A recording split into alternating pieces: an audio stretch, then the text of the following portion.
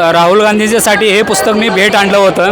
तर जवळजवळ मी 15 वर्ष या पुस्तकावर काम केलेलं आहे. देशामधली परिस्थिती पहिल्यापासून कशी बदलत गेली त्याच्याविषयी माहिती दिलेली आहे.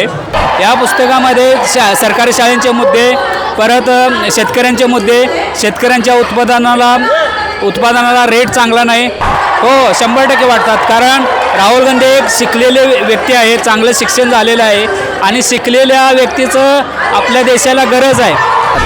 आणि ही जी शाळाचे आहे, जे माझं गाव कोल्हापूर जिल्ह्यामध्ये आहे नादवडे म्हणून, तर त्या शाळेमध्ये राहुल गांधी हे भविष्यातले आता येणाऱ्या कालखंडातले पंतप्रधान होणार ही अशी माझी इच्छा आहे. पुण्यामध्ये राहुल गांधींच्या कार्यक्रमाला सुरुवात झालेली आहे. छात्रवृत्ती गुंज हा कार्यक्रम पुणे शहरामध्ये आज होत आहे आणि या ठिकाणी अनेक तरुणी जे आहेत ते सहभागी झालेले आहेत आणि अशातच एक तरुण जे आहे ते या कार्यक्रमामध्ये सहभागी झालेले आहेत. खरं तर पुस्तक घेऊन आलात तुम्ही, काय सांगायचं या पुस्तकातून तुम्ही? सर्वप्रथम सर्व लोकांचे मी अभिनंदन करतो की आज हा कार्यक्रम युवा वर्गासाठी होतो आहे आणि महिलांसाठी होतो आहे. तर राहुल गांधींच्यासाठी हे पुस्तक मी भेट आणलं होतं. तर राहुल गांधींचं जर पॉसिबल झालं तर मी हे पुस्तक देणार आहे त्यांना. तर जवळजवळ मी 15 वर्ष या पुस्तकावर काम केलेलं आहे. देशामधली परिस्थिती पहिल्यापासून कशी बदलत गेली त्याच्याविषयी माहिती दिलेली आहे. तर आता याच्यातला मेन जे पार्ट आहे तो सरकारी शाळा ज्या आहेत ते बंद पडत निघालेले आहेत आणि सरकारी शाळा बंद पडल्यामुळं तेथील जे शिक्षक आहेत ते बेरोजगार झालेलेच आहेत. काही शिक्षक मराठी शाळेमध्ये नाहीत आणि त्यांचे पगार व्यवस्थित होत नाही, ही वस्तुस्थिती आहे. तसेच मुलांना जो पोषण आहार मिळतो तो पोषण आहार चांगल्या क्वालिटीचा नसल्यामुळे, निकृष्ट दर्जाचा असल्यामुळे मुले आजारी पडतात आणि त्याचे परिणाम मुलांना भोगावे लागतात.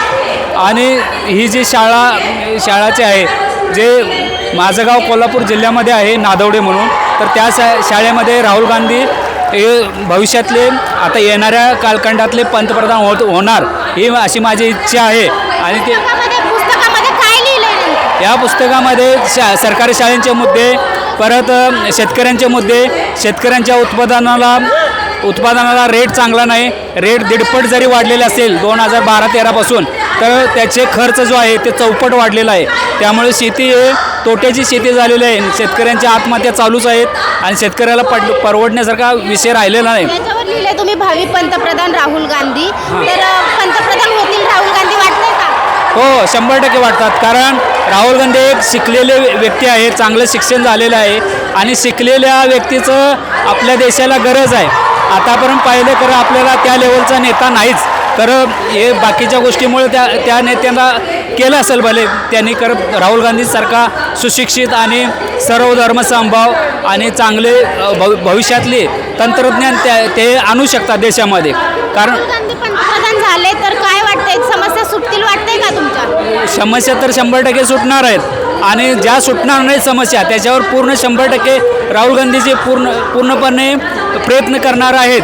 आणि हां, मी त्यांना पुस्तक देणार आहे जर पॉसिबल झालं तर. आता मी तशी परवानगी घेतो आहे आणि पुस्तक देतो आहे त्यांना. आणि याच्यात बरेचसे मुद्दे दिलेले आहेत, आपण तंत्रज्ञान भविष्याचं वगैरे सगळे दिलेले आहे माहिती.